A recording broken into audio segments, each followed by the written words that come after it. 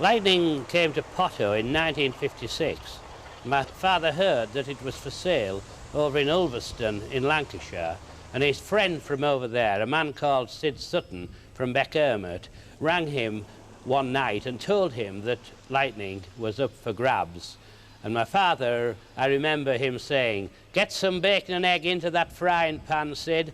I'll be over there by 7 o'clock in the morning." And true to his word, he was over those Pennines and had his breakfast and went and did the deal and bought Lightning. And he also ordered, while he was there, a ton of coal in readiness for when he drove it back over to Potto. I was with the team that went for her, along with another great personality, Jack Wakefield of Hettonley Hole. And my father and Jack and I went, and we were there for 8 o'clock at morning when the gentleman would have us steamed up. In the meantime, a week had elapsed from us buying it to getting there, and the ton of coal had been laid in the yard, and the chap who owned it at that time, Bill Staples, had been steaming it every day, and he'd used all the bloody coal up. And we had to go and purchase another ton of coal, but Father didn't mind, because he'd got what he'd always wanted, a genuine 3-speed showman's road locomotive, Lightning. And we got her steamed up, and it took us 2 days to bring her over the Pennines and arrive at Potto.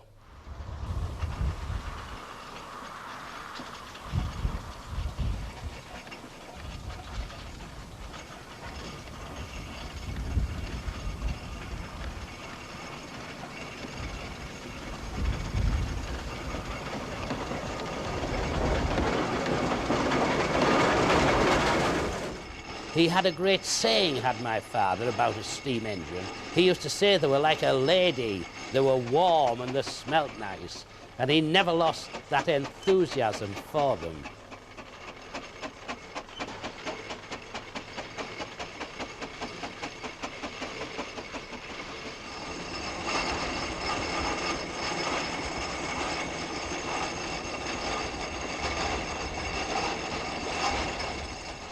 Burroughs always produced showman's engines in the maroon livery for the showman fraternity, and Emerson Hazards from Whitehaven in Cumberland always operated in a livery of green.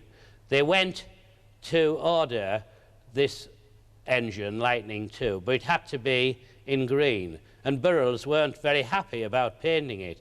And I think it was through the threat of Emerson Hazards going to Fowler's of Leeds that they eventually succumbed to paint it as it is today. And it, incidentally, was the only showman's engine to ever leave the factory painted in this colour.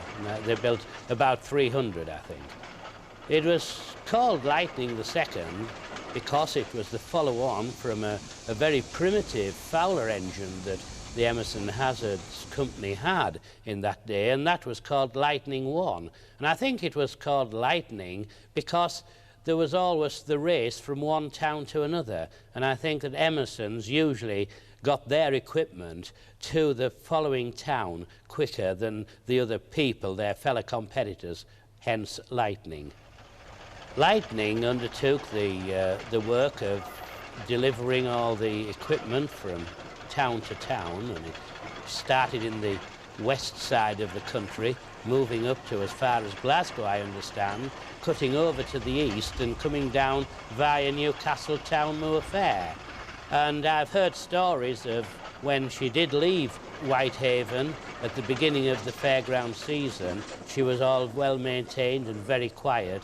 And when she came back home, after a hard season's work, in the back end of the year, you could hear it coming for miles because it was rattling and shaking and things were dropping off it.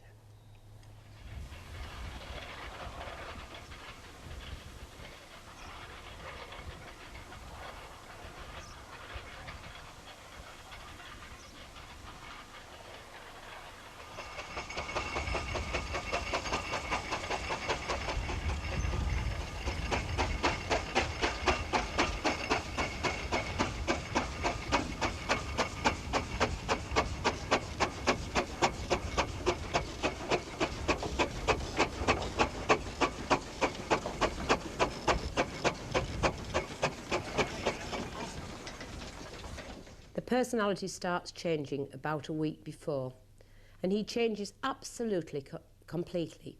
I can't steer him onto the business. Normally I can, but I can't anymore. And he doesn't listen to what I say, and he doesn't bother about anything else, and he gets extremely uptight. And this goes on for quite a long time.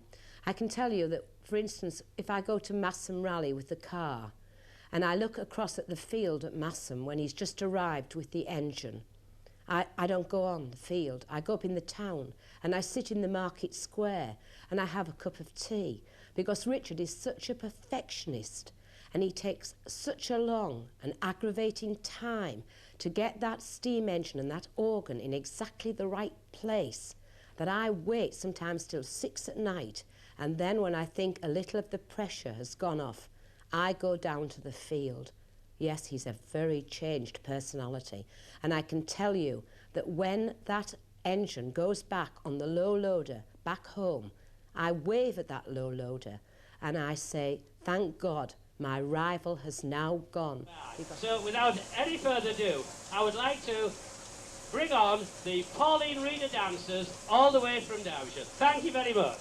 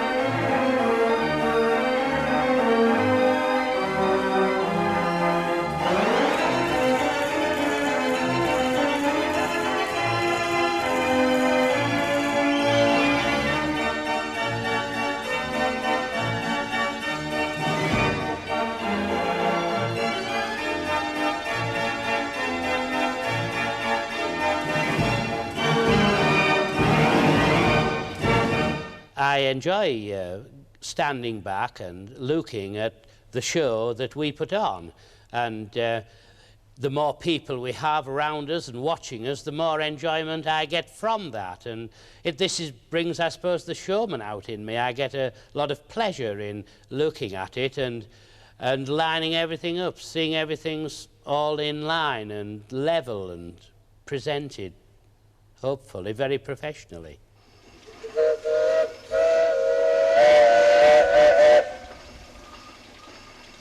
And when we do retire, I think we've not got to look back.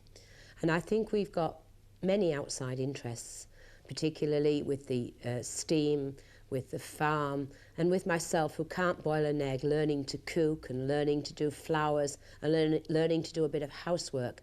We've a lot of things in front of us.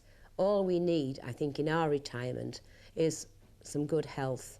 We've certainly got the ideas, we've certainly got the vitality, and I hope we've got the know-how to have a very successful retirement.